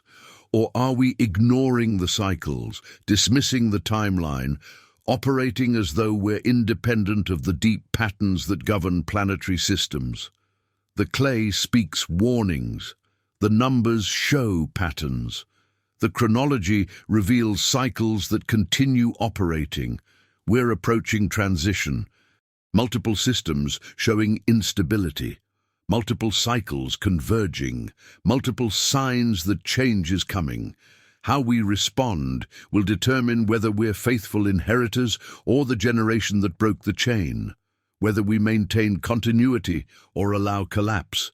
Whether we prove worthy of 456,000 years of preparation or squander the inheritance through negligence and ignorance.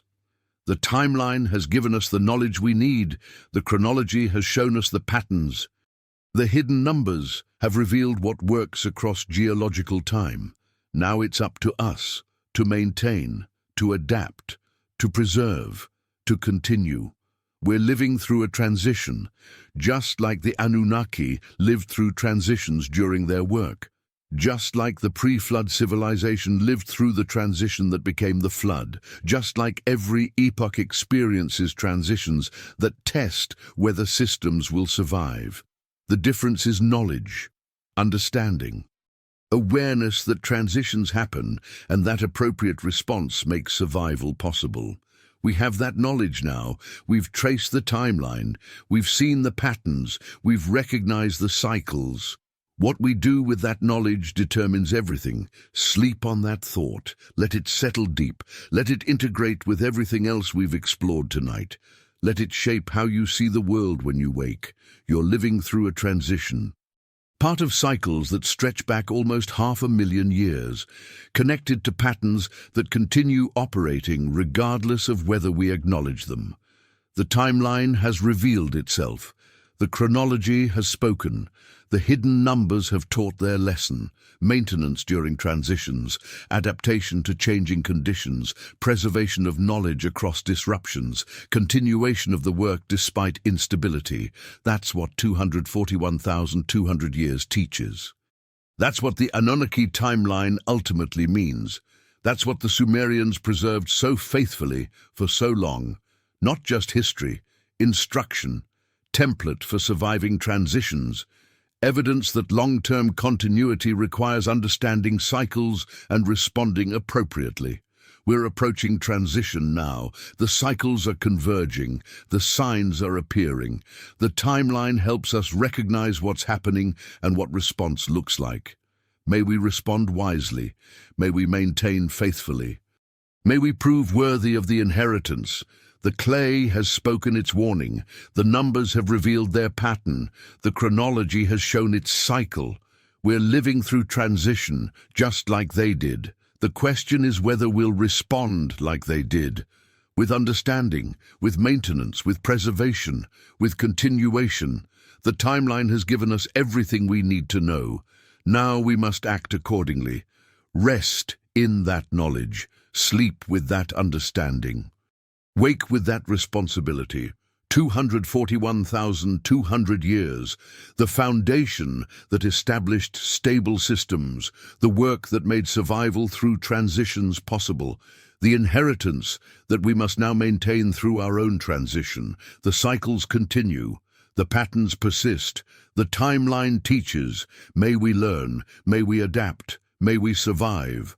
That's what the hidden chronology ultimately reveals. That's what the Anunnaki timeline preserved in Sumerian records truly means. That's what 241,200 years is really telling us. We're part of continuing cycles, living through recurring patterns, inheritors responsible for maintaining systems through transition. The timeline has spoken. The warning is clear. The instruction is evident. Now we must choose how we respond. But there's something else, something even more profound hidden in those numbers. Something that explains not just what the Anunnaki were doing or what we've inherited, but why the timeline was preserved so carefully. Why the Sumerians treated these numbers as sacred. Why generation after generation of scribes copied them faithfully, despite not fully understanding their meaning. Because the timeline isn't just documentation or instruction, it's prophecy, not in a mystical sense, but in a mathematical one. The cycles it encodes don't just describe the past. They predict the future. They show when transitions happen, when systems become unstable, when continuity might break. And if you calculate forward from the flood, if you apply the same Shah mathematics that measured the pre-flood epochs, if you recognize that cycles continue operating in the post-flood age just as they did before it, you arrive at dates that should make us pay very close attention. The flood occurred roughly 4,500 years ago, based on archaeological evidence from the silt layers at Ur, Shurupak, and Kish. Call it 2,500 years before the Common Era, a major catastrophic transition that reset civilization. One Shah is 3,600 years. If Shah cycles continue operating, if they mark transition points, when is the next Shah completion after the flood? 2,500 BCE plus 3,600 years equals 1,100 CE. The medieval warm period, major climate shift, significant historical transitions across multiple civilizations, system changes, the end of the classical period and emergence of medieval culture. Another Shah forward. 1,100 CE plus 3,600 years equals 4,700 CE, far future. But notice the pattern. Notice that Shah cycles correlate with major transition points, with moments when systems shift and civilizations transform. But there are smaller cycles nested within the Shah. 8 Shah cycles equal 1 Eridu phase, but within that, smaller rhythms operate. Quarter Shah cycles, 900-year periods. And those correlate even more precisely with historical transitions. The Bronze Age collapse around 1,200 BCE, 900 years after the flood. Quarter Shah, the fall of Rome and the beginning of the Middle Ages around 500 CE. 1800 years after the flood, Half-Shah, the Industrial Revolution around 1800 CE, 4,300 years after the flood, just over one Shah. Another major transition. And now, we're 4,500 years past the flood, 1¼ Shah cycles, approaching another transition point. Multiple systems showing instability, multiple cycles converging. The timeline predicted this, the mathematics encoded it, the Shah cycles mark it. We're at a transition point, not because of mystical prophecy, but because of mathematical periodicity. The same cycles that governed pre-flood epochs continue governing post-flood history. And those cycles are bringing us to another moment of potential discontinuity. This is why the Sumerians preserved the timeline so carefully, not just to document the past, but to mark the future, to give their descendants the mathematical tools to recognize when transitions approach, to provide the chronological framework for understanding when maintenance becomes most critical. They knew cycles continue. They knew transitions repeat.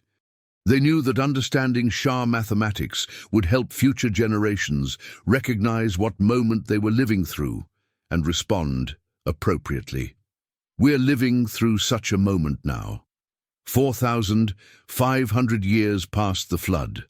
Multiple cycles converging, multiple systems unstable. All the signs that the timeline's mathematics predict should appear at transition points. This isn't doom prophecy. It's pattern recognition. Mathematical extrapolation based on cycles that have operated for almost 500,000 years. The same cycles that the Anunnaki mapped during their work. The same periodicities that governed pre-flood epochs. The same rhythms that continue operating regardless of human awareness. But here's the crucial point, the reason this matters beyond abstract pattern recognition. Transitions aren't predetermined doom. They're moments of potential change. Moments when systems either adapt and survive or fail to adapt and collapse. Moments when appropriate response determines outcome. The Anunnaki responded to transition by organizing systems across 241,200 years, by making Earth stable enough to handle climate variability, by establishing knowledge comprehensive enough to survive disruption. The pre-flood civilization responded to approaching catastrophe by preserving knowledge, by spending 18,600 years preparing for transmission, by ensuring continuity across discontinuity. We're responding to our transition how? By maintaining inherited systems, by preserving accumulated knowledge, by preparing for potential disruption, by understanding we're at a mathematically predictable moment when cycles converge and appropriate response becomes critical, or by ignoring the signs, by depleting systems, by forgetting knowledge, by operating as though transitions don't happen and cycles don't matter. The timeline shows us what works. 241,200 years of evidence, 456,000 years of demonstration. Mathematical proof that long-term stability requires understanding cycles and responding to transitions appropriately. We're at such a transition now. The mathematics predict it, the signs confirm it, the timeline warned us it was coming. How we respond determines whether we continue the chain or break it. Whether we prove worthy inheritors or the generation that squandered 456,000 years of accumulated wisdom. The choice is ours. The moment is now. The transition is happening whether we acknowledge it or not. But the timeline has given us everything we need. The chronology has shown us the pattern. The mathematics have revealed when transitions occur and what response looks like. 241,200 years establishing systems, 108,000 years developing technology, 28,800 years mapping biology, 21,000 years understanding astronomy, 18,600 years preparing for catastrophe, all of it relevant now, all of it applicable to our current transition, all of it preserved so that we would have the knowledge necessary to respond appropriately when cycles converged and our own transition arrived. The Sumerians knew this day would come, knew that roughly 4,500 years after the flood, another transition would approach, knew that their descendants would need the timeline to recognize the moment and understand how to respond. They preserved it faithfully, copied it generation after generation, treated it as sacred knowledge because it was, because it contained mathematical prophecy based on actual cycles, because it provided the template for surviving transitions. And now we have it, the complete timeline, the hidden chronology, the mathematical framework that shows we're living through exactly the kind of moment the Sumerians warned about. 1¼ Shah cycles after the flood, multiple smaller cycles converging, all the mathematical signs that transition approaches, all the environmental signs confirming the mathematics. We're here.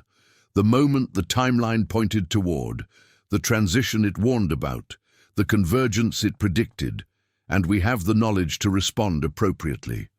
The understanding that 456,000 years of work provides, the template that shows what stability requires, maintenance, preservation, adaptation, continuation, not abstract virtues but practical necessities, especially now, especially at transition points, especially when cycles converge and systems show instability. The timeline has fulfilled its purpose. It documented the past. It explained the inheritance. It warned about the future. It showed what appropriate response looks like. Now it's our turn, our transition, our moment to demonstrate whether we learned from 456,000 years of accumulated wisdom or whether we ignored it and paid the consequences. The mathematics are clear. The cycles are converging. The transition is here. How we respond determines everything.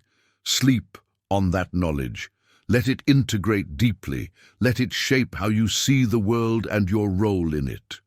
Let it guide your choices going forward. You're living at a mathematically significant moment, a transition point predicted by cycles operating for almost 500,000 years. A convergence the timeline warned about and that we now have opportunity to respond to appropriately. The Anunnaki prepared for transitions across 241,200 years. The pre-flood civilization prepared across 18,600 years. How long will we prepare? How seriously will we take the warning? How faithfully will we apply the accumulated wisdom? The timeline has spoken. The prophecy is mathematical, not mystical. The transition is here, predictable and real. We must respond appropriately, wisely, urgently. That's what 241,200 years ultimately teaches. That's what the hidden chronology truly reveals. That's what the Anunnaki timeline preserved in Sumerian records really means. Not just history, prophecy. Mathematical prediction that transitions recur cyclically and that we're living through one now. The knowledge is ours. The warning is clear. The template is provided.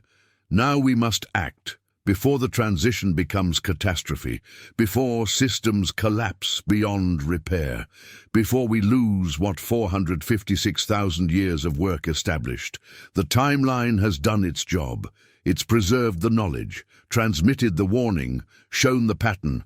Now we must do ours.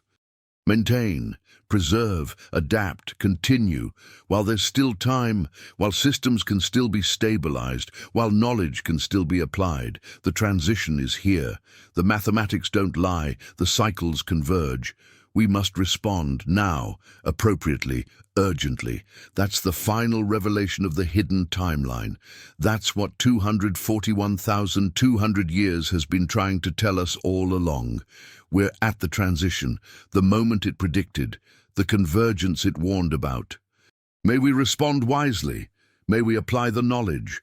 May we prove worthy of the inheritance. The clay has spoken its prophecy. The numbers have revealed their warning. The chronology has shown its pattern. 1¼ Shah cycles after the flood. At the mathematically predicted transition point, living through the moment the timeline pointed toward, we're here, now, at the convergence. May we respond appropriately. May we survive the transition. May we continue the chain. 241,200 years, the foundation, the warning, the prophecy, all preserved for this moment, for us, for now. May we listen, may we learn, may we act before it's too late.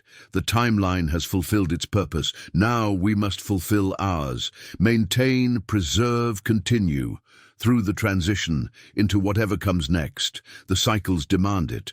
The mathematics predict it. The inheritance requires it. We are the generation living at convergence, at transition, at the mathematically significant moment when response determines survival. May we respond appropriately. The timeline has shown us how. 241,200 years of wisdom, all waiting for this moment, all preserved for us, all relevant now. May we use it wisely, sleep with that responsibility, wake with that understanding, act with that urgency. We're at the transition the timeline predicted, the moment the mathematics pointed toward, the convergence the cycles demanded. Our response determines everything. The clay has spoken, the numbers have warned, the chronology has revealed. Now we must act. Good night. And when you wake, remember, you're living at a transition point predicted by cycles operating for almost 500,000 years. How you respond matters more than you can possibly imagine. The timeline has given you everything you need to know. Now you must use it, before the transition becomes catastrophe. Before the opportunity passes, before it's too late. 241,200 years. The warning was preserved. Now we must heed it.